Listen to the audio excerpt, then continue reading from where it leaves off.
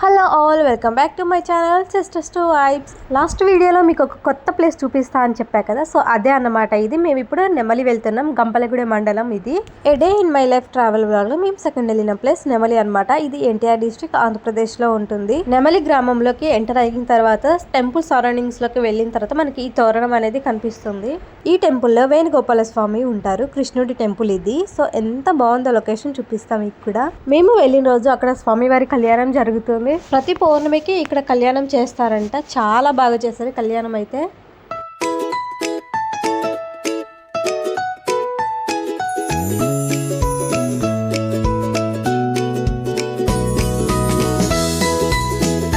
ఇక్కడ కళ్యాణం చూడటానికి వచ్చిన వాళ్ళందరికీ రిటర్న్ గిఫ్ట్స్గా ఇచ్చారు. అవైతే ఇంకా హ్యాపీగా అనిపించింది అది చూడగానే. ఇలా ఒక్కొక్కరికి ఎవరిని మిస్ చేయకుండా అందరికీ ఇచ్చారు. ఏమేమి ఇచ్చారో మీకు కూడా చెప్తా. నెమలిలో స్వామివారు ఎలా ఉంటారో సేమ్ అదే ఫోటో ఫ్రేమ్, కండువా, జాకెట్ ముక్క, పండ్లు, పూలు, 2 స్వామివారి ప్రసాదంగా లడ్డూలు కూడా ఇచ్చారు. ఇలా ఒక్కొక్కరి దగ్గరికి వస్తూ అందరికి కండవ కప్పుతూ ప్రసాదాలు, దేవుని ఫోటో ఫ్రేమ్ ఇవన్నీ దగ్గరకు వచ్చి మరి చేతిలో పెడుతుంటే భలే అనిపించింది ఫీలింగ్ అయితే. ఎవరిని మిస్ చేయకుండా ప్రతి ఒక్కళ్ళ దగ్గరకు వచ్చి మరీ ఇస్తున్నారు.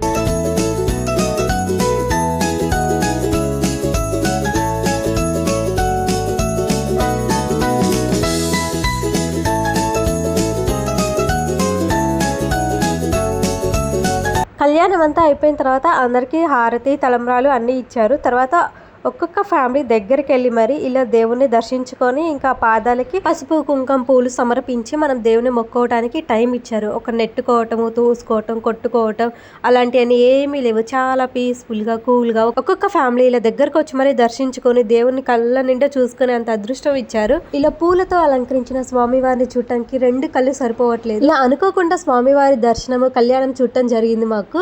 అనుకోకుండా మేము స్వామివారి కళ్యాణంతో పాటు ఏరువాక పూజ కూడా చూసాము. ఈ ఏరువాక పూజ గురించి సపరేట్గా లాంగ్ వీడియో చేశాను, ఇంట్రెస్ట్ ఉన్న వాళ్ళు చూడండి. లేని వాళ్ళు మీకోసం ఒక చిన్న క్లిప్ యాడ్ చేస్తే మీరు కూడా చూసేయండి.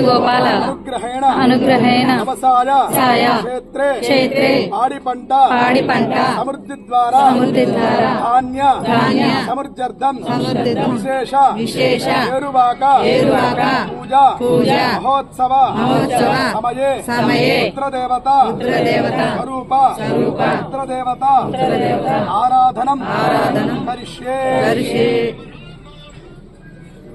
ఓం రుద్రమన్యం భూతోహం నమస్తే. బాగా చేస్తున్నారు కదా, ఫుల్ వీడియో సపరేట్గా ఉంటుంది, వెళ్ళి చూసేయండి.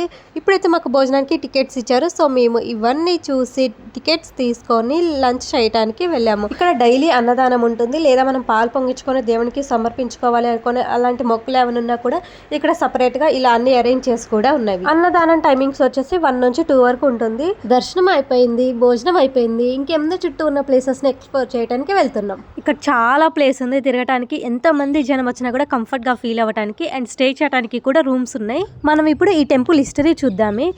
ఒక రైతు తన పొలంలో మట్టి తోముతుంటే టక్కుమంటి సౌండ్ వచ్చిందంట. ఏంటా అని చూద్దాం అనుకునే లోపు మళ్ళీ పక్కన కూడా ఒకసారి చెక్ చేద్దాం అనేసి మళ్ళీ పక్కన కూడా మట్టి తోముతుంటే సేమ్ అక్కడ కూడా ఒక వింత శబ్దం వచ్చిందంట. ఆశ్చర్యానికి గురయ్యి ఏం చేయాలో అర్థం కాక కొద్దిసేపు ఆలోచిస్తూ ఉన్నారు. తర్వాత మళ్ళీ ఒకసారి చెక్ చేద్దామని ఈ రెండింటి మధ్యలో మళ్ళీ ఒకసారి ట్రై చేయబోయేసరికి తలుక్కుమని ఒక మెరుపు వచ్చిందంట. ఆ మెరుపుకి అతని కళ్ళు కూడా ఏం కనిపించక కింద పడిపోయేసరికి చుట్టూ ఉన్న వాళ్ళందరూ వచ్చి ఏమైంది ఏంటి అని అడిగితే జరిగిన విషయం మొత్తం చుట్టుపక్కల ఉన్న వాళ్ళందరికీ వివరించారు. చుట్టుపక్కల మొత్తం గమనించి అందరూ కలిసి అక్కడ గుంట తోమి అసలు ఏముందా అని చూస్తున్నారంట. అలా తవ్వుతూ ఉంటే ఈలోపు ఒక విగ్రహం కనపడిందంట. ఏంటా అని చూస్తే స్వయంభుగా వెలిసిన శ్రీ వేణుగోపాల స్వామి వారి విగ్రహము అండ్ ఒక శంఖము కూడా ఉందంట. వెంటనే ఈ విషయాన్ని ఊరు పెద్దలకి, అయ్యగారికి అందరికి తెలియజేశారు. ఈ విషయం తెలుసుకున్న అయ్యగారు వెంటనే ఈ ప్రదేశానికి వచ్చి మొత్తం పరిశీలించి ఈ విషయాన్ని చుట్టుపక్కల ఉన్న గ్రామాలలో ఉన్న శాస్త్రి గారులు, అర్చకులకు అందరికీ ఇన్ఫార్మ్ చేస్తే వాళ్ళు కూడా వచ్చి చూసి ఇలాంటి విగ్రహము ఎక్కడా ఉండదు, చాలా రేర్ గా కనిపిస్తుంది. ఏకశిల శ్రీ వేణుగోపాల స్వామి వారి విగ్రహము చాలా తేజస్సుతోటి ఇక్కడ వెలిసింది. దివ్య తేజస్సుతో వెలిసిన ఆ ఏకశిల విగ్రహం యొక్క సంపూర్ణ స్వరూపాలను గ్రామ ప్రజలకు వివరించాడు. ఈ విషయం తెలుసుకున్న గ్రామ పెద్దలందరూ చాలా సంతోషంతో సంబరాలు చేసుకోవటం మొదలుపెట్టారు. తరువాత స్వామివారిని గ్రామంలో ప్రతిష్ఠించాలని అందరూ కలిసి సంబరాలు చేసుకుంటూ బయలుదేరారు. ఈలోపు ఒకళ్ళకి దేవుడు ఆవగించి నేను ఎక్కడైతే వెలిసానో నాకు అక్కడే పూజలు చేయాలి అని చెప్పగా స్వామివారు స్వయంగా వెలిసిన చోటనే విగ్రహ ప్రతిష్ఠ చేసి గుడి కట్టి ఇప్పుడు అందరూ పూజలు చేస్తూ ప్రతి సంవత్సరము ఇక్కడ కళ్యాణం కూడా అంగరంగ వైభవంగా చేస్తారంట. అప్పటి నుంచి అంటే ఈ స్టోరీ మొత్తం కూడా 1953లో జరిగింది. మాకైతే అసలు ఇప్పటి వరకు ఈ టెంపుల్ గురించే తెలీదు. రీసెంట్ టైంలోనే ఈ టెంపుల్ ఎంత పవర్ఫుల్ అనేది మాకు ఎవరు చెప్తే మేము చూద్దామనేసి వెళ్ళాము ఫ్యామిలీతో కలిసి. వెళ్ళిన తర్వాత అక్కడ జరుగుతున్నాయి అన్నీ చూసిన తర్వాత చాలా హ్యాపీగా అనిపించింది. అనుకోకుండా మేము ఇక్కడ పెళ్లి చూసాము, ఏరువాక పూజ చేసాము, ఇలా కృష్ణుని అంతా దర్శించుకొని ఇక్కడ అన్నదానం కూడా తిన్నాము. అండ్ ఇక్కడ కళ్యాణం జరిగిన తర్వాత అక్షింతల్ని మన ఇంటికి తెచ్చుకుంటే మన ఇంట్లో ఉన్న నెగిటివ్ ఎనర్జీ అంతా పోయి కూడా చాలా మంచి జరుగుతుంది, మన కోరికలు ఏమైనా ఉన్నా కూడా నెరవేరుతాయని అందరూ నమ్ముతూ ఉంటారంట. లక్కీలీ మాకు అక్షింతలు కూడా దొరికినాయి, మేము ఇంటికి కూడా తెచ్చుకున్నాం. చూస్తున్నారు కదా ఇక్కడ గోశాల కూడా ఎంత బాగా ఏర్పాటు చేశారో. ఆవులు దూడలు అన్నీ కలిపి 300 వరకు ఉంటాయంట. అయినా కూడా నీట్గా మెయింటైన్ చేస్తున్నారు. ఎన్ని ఉన్నా కూడా పూజ దగ్గరైనా అన్నదాన సత్రమైన వాష్రూమ్స్ రూమ్స్ అన్నీ కూడా చాలా క్లీన్గా నీట్గా మెయింటైన్ చేస్తున్నారు. చాలా సిస్టమేటిక్గా ఉంది ప్రాసెస్ కూడా. అట్లా ఉంటేనే భక్తులు చాలా కంఫర్టబుల్గా ఫీల్ అవ్వగలుగుతారు కదా. సో మంచిగా మెయింటైన్ చేస్తున్నారు ఎవ్రీథింగ్. మేము చుట్టుపక్కల ఏమున్నాయా అని చూసుకుంటూ వస్తే మాకు ఇక్కడ బావి కనపడింది, గిరకల బావి. సో మేము ఫస్ట్ టైం ఇది చూడటం, అంటే చాలాసార్లు చూసాము కానీ ఫస్ట్ టైం ఇలా నీళ్ళు చేదటం అనమాట. వీడియోలో మాత్రం నవ్వుకుంటూ వీడియో తీసుకుంటున్నాం కానీ కొంచెం ఎక్సైట్మెంట్, చాలా భయంతో నీళ్లు చేదిన ఆ రోజు. ఈ సిచ్యువేషన్ చూడంగానే మాకు ఈ క్లిప్స్ వేరే వీడియోలో కూడా యూజ్ అవుతాయి అని గుర్తొచ్చింది. సో మల్టిపుల్ టేక్స్ తీసుకున్నాం. చాలా మంత్స్ తర్వాత ఫ్యామిలీతో ట్రిప్కి వెళ్ళినాం. అన్ఎక్స్పెక్టెడ్గా వెళ్ళినా కూడా చాలా బాగా ఎంజాయ్ చేసాము. మీకు ఈ టెంపుల్ టైమింగ్స్ చెప్పలే కదా, నిజం చెప్పాలంటే నాకు కూడా అంతగా తెలీదు. నేను తెలుసుకున్న ఇన్ఫర్మేషన్ బట్టి ఎనీ టైం ఓపెనే ఉంటుంది అనేసి విన్నా. టెంపుల్ ఎనీ టైం ఓపెన్ ఉంటుంది కానీ దర్శనానికి మాత్రం 1 PM to 3 PM వరకు క్లోజ్ ఉంటుంది. ఇక్కడ స్టే చేయడానికి రూమ్స్ కూడా చాలా అంటే చాలా ఉన్నాయి. ఫ్యామిలీతో రావడానికి బెస్ట్ ట్రిప్ అనమాట. డివోషనల్ ప్లేసెస్కి రావాలి అనుకుంటే నేను మాత్రం పక్కా ఈ ప్లేస్ని సజెస్ట్ చేస్తా. ఓల్డ్ ఏజ్ వాళ్ళతో వచ్చిన పిల్లలతో వచ్చినా కూడా చాలా కంఫర్టబుల్గా ఉండొచ్చు ఇక్కడ. అండ్ మేము ఫేస్ చేసిన ఒక సిచ్యువేషన్ ఏంటంటే ఇక్కడికి వెళ్ళాలంటే అసలుకి పబ్లిక్ ట్రాన్స్పోర్ట్లో ఎలా వెళ్ళాలి అనేది తెలియదు. మేమైతే ఓన్ ఆటోకి వెళ్ళాము. మాకు దర్శనం అంతా అయిపోయి బయటకు వచ్చిన తర్వాత ఈవినింగ్ టైంలో టెంపుల్కి ముందునే ఒక బస్సు ఆగి ఉంది. అది చూసిన తర్వాత ఇక్కడికి బస్సెస్ కూడా ఉన్నాయి. నియర్ బై బస్ స్టాండ్ నుంచి నెమలి టెంపుల్ దగ్గరికి డైరెక్ట్ బస్సు ఉండొచ్చేమో మేబీ.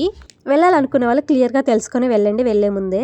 ఇప్పుడు మీరు చూస్తున్నారు కదా కృష్ణుడు పావు మీద వంటి కాలు మీద నిలబడింది. ఇది చూస్తే మాత్రం దగ్గర నుంచి ఎంత బాగుందంటే అంత బాగుంది. అసలు ఇంత నీట్ ఫినిషింగ్ ఎట్లా చేశారా బాబు అనిపించింది.